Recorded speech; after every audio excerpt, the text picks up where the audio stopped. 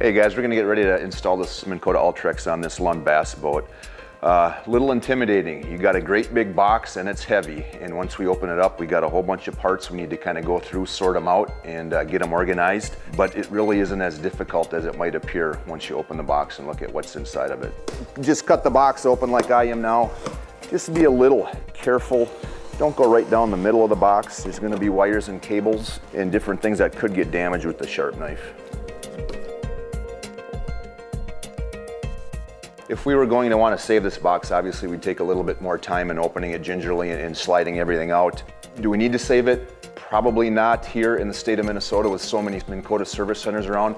But if you might be living in a part of the nation where the service centers are farther out, where you can't just drive, half hour, an hour to get your motor fixed should ever something happen to it, that's when you're going to want to save your box so you can package it up and send it into either service center or to the Minn Kota factory service center for repair.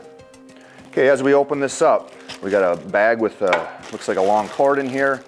We got a remote control. So we got a big cable, we got a little cable. We got what looks like something would plug into a cigarette plug. We have a remote control, an owner's manual, some mounting hardware, a lanyard for the remote, a Velcro hold down strap, and a precision compass. This is new with the Minn Kota iPilot and the iPilot Link motors. We'll get into that a little bit more when we mount it, but what that allows us to do, it gives this motor the ability to jog, a jog feature, which move in 5-foot increments, either forward, backwards, left, and right. Also in the box, we have a prop. We have the base that mounts to the bow of the boat. We have a stabilizer arm, and then the actual motor itself. Once you open this up, you're gonna look at this mono arm and you're gonna say, man, I have a Ultrex already on my boat and that looks real familiar. Is it possible for me to take my Ultrex mount and put it on my Ultrex mono arm? Unfortunately, you can't. The Ultrex will not fit on a Ultrex mount. However, the Ultrex will fit on an Ultrex mount. So if you can keep that straight and you do have a Ultrex, you have an extra motor to take with you on a long trip or a tournament somewhere, so you have that peace of mind that you have an extra trolling motor should you need it. I'm gonna get all this stuff out of the way now and just kind of keep everything organized and kind of put it up in order as we need it on the boat. And one thing to keep in mind, your owner's manual. That's your best friend, so if there's any questions, make sure you reference the installation guide and the owner's manual on how to do it the right way. Now we're gonna go ahead and we're gonna mount the trolling motor to the mono arm. By doing that, you'll notice there's a little lever here. That's a safety lever. And we'll get into that a little bit more, what that does. But to open this up for the first time when it's right out of the box, you're gonna wanna pull down on that lever and give it a little yank. And now it'll open up for you. On the top of this mono arm, you're gonna notice an Allen head screw. Okay, we're gonna have to take that out because the Ultrex is fastened to the mono arm with that Allen head screw. In this bag is a pin with some spacers and a couple small screws, and what that does, it attaches the lift assist shock to the top of the mono arm. That's one of the last things you want to put on. You want to wait until your motor is mounted just for safety reasons, because without that motor mounted, this will come up with some pretty good force and it could do some damage if it catches you.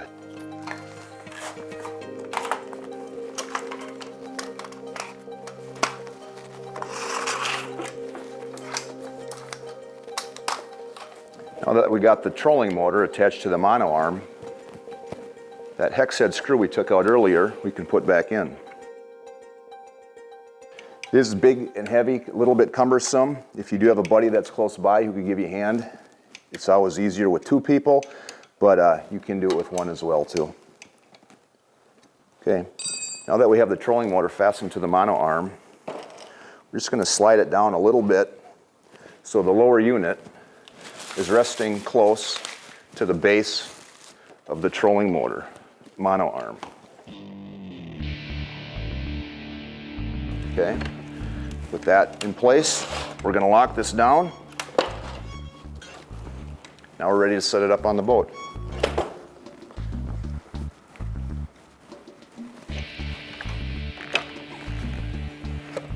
Now that we got the Ultrex up on the bow, we need to figure out where to put it in proper positioning and spacing. Again, you want to keep the bow guard out in front of the edge of the boat, and what this does, it prevents the lower unit from hitting the bolt when you're stowing it. Another thing we wanted to accomplish was to get our stabilizing arm with this bracket resting on the gunnel. But because we're adding a 360 imaging unit, for the 360, we needed to put the 360 on this side because on the other side, we're gonna have 2 units and we're running a little tight with room for clearance between the 360 unit and the 2 Humminbird Helix units here. So we made the decision to put the stabilizing arm on the inside of the boat with our 360 mounted on the outside of the boat. Another thing to keep in mind, the head of the trolling motor. Always a good idea to keep it inside the plane of the gunnel. That way you don't catch it on any dock posts, boat lift supports, anything of that nature, so you don't do any damage or rip it off. Just kind of give it a quick look over. We got plenty of overhang here. We're inside the boat nice here. With that, I think we'll choose this as our mounting spot and we'll start drilling holes in this new boat. Reach underneath where you're going to be mounting it and feel for any wires, electrical components, anything underneath that gunnel where you're going to be drilling holes that you could damage. And everything feels pretty clear, so I'm going to take a Sharpie marker and I'm just going to mark some of the holes. If you remember when we unboxed our trolling motor, sorting out all the parts, one of the bags had the mounting hardware to it. So in that is some 1024 stainless screws, some fender washers, and some nuts.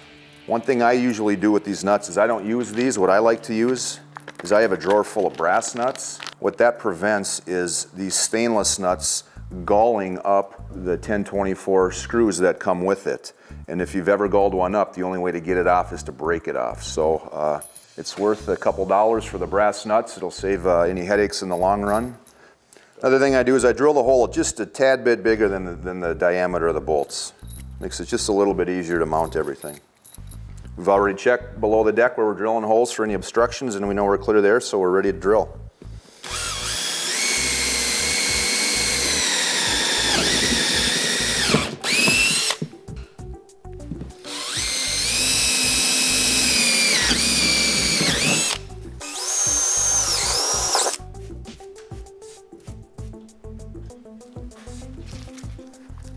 Again, when we had packaged our box, there's a Velcro strap in there. We mount that between the 2 holes closest to the back of the boat and the holes in the middle, and that just gives this motor a little bit more stability when you're trailering it down the road or traveling over rough water. And there's a little trick to it, so you don't get it on backwards. I usually put it on first before I mount anything. And I put this seam where it's hemmed together, tight up to the side plate, and then just lightly Velcro the 2 together.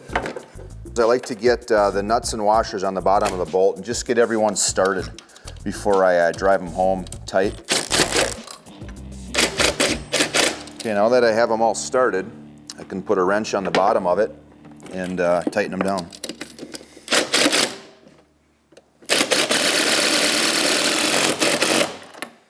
Impact's always a good idea. It gets a little bit tighter than a regular drill. Even an old-fashioned screwdriver and a wrench will work as well too. Another thing is these are all they're always number 3 tips, so not very common. The average person isn't going to have a number 3 Phillips laying around, so if you don't, you probably want to pick one up.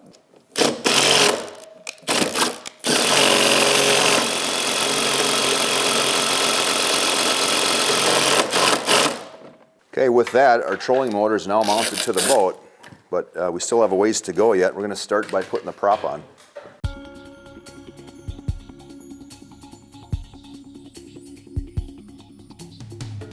Okay, earlier we talked about when we took the hex head out of the mono arm, right when we took it out of the box, we talked about a package with a pin and some spacers and some number 3 Phillips bolts in there.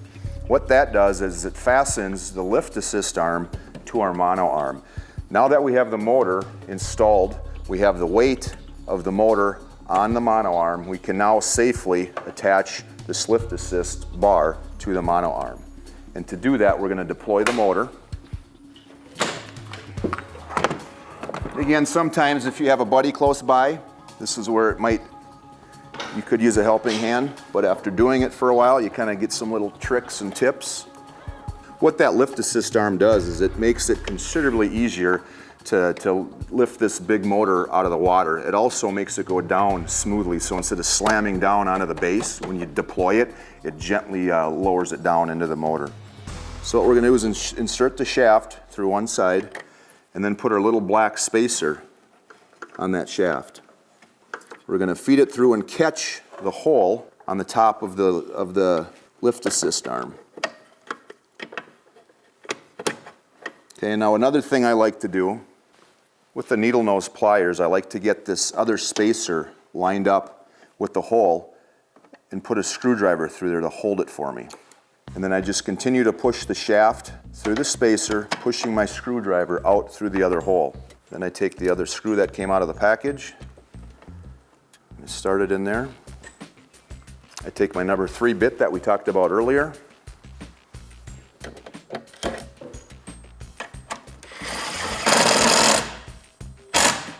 There, our lift assist arm is now fastened to our Ultrex.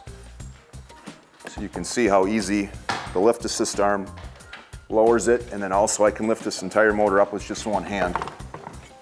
Whereas without that lift assist arm, that wouldn't be possible. We talked about the number 3 Phillips tip a little bit, and you'll see the difference right here. I have a number 2 in my left hand and number 3 is in the impact drill.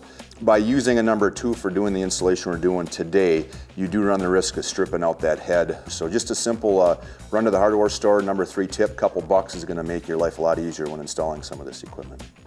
Now we're going to work on the stabilizing arm. So again, we had the stabilizing arm that we unpackaged earlier, and this bracket was on it. So we unthreaded the arm from the bracket, and you'll notice on the base of this, there's 2 screw holes. There's 2 on either side. We're going to use the 2 outer ones for our 360 imaging unit. The 2 inner ones we're going to use for our stabilizing arm. So we're just going to simply thread them into the holes and tighten them up, and then we'll work on getting the correct length for that stabilizing arm. Now that we have the bracket mounted to the Ultrex, we need to figure out where to cut this thing. So obviously the thread end is going to be up because it's going to thread into our bracket here.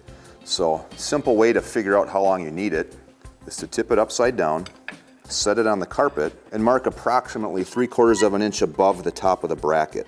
So say right about there. So that's where we'd cut it. And I usually use a jigsaw with the metal blade in it. Regular hacksaw will work as well. Now that we have our stabilizing arm cut to length, the butt cap that we took off earlier, we're going to slide back on. We're going to lift the motor up just a little bit and just simply thread the stabilizing arm into the bracket we put on. Now we're tightly against the deck to prevent any bouncing and when we're in rough water. And just simply put the black cap on when you're done. If you should need any adjustment, you can simply unthread it a little bit and then just tighten up this nut that's on the bottom. And that'll give you a little bit more play should you need it. So that completes the installation of the Minn Kota Ultrex, except for one thing. We have this heading sensor that we unpackaged and talked about earlier that gives us our jog feature. So with that, we'll go and mount this. Okay guys, we've done some additional rigging on the boat, but we jumped back and wanted to finish the installation on the Ultrex. And the last component of that was installing the heading sensor. What the heading sensor gives us is the ability to use the jog function with this trolling motor. And what the jog function does for us, if we want to move forward 5 feet, we press the forward button once. If we want to move forward and to the right 5 feet, we push the forward button once and the right arrow button once. Every button pushed with the arrows during using the jog function will move the boat in 5-foot increments. This heading sensor, you need to hook it to 12 volt positive. I'd recommend putting just a small 3 amp inline fuse with it, but what this does, it communicates Bluetooth, via Bluetooth with the Ultrex motor. And so now that we have it installed, the final step is to sync it, and once we apply power, it's just a matter of simply pressing the button on the top of the heading sensor and then pressing the pair button on the head of the Ultrex. And that'll complete the Ultrex installation. The last step would be an on-the-water compass calibration that will be performed when you actually put the boat in the water and give it a spin.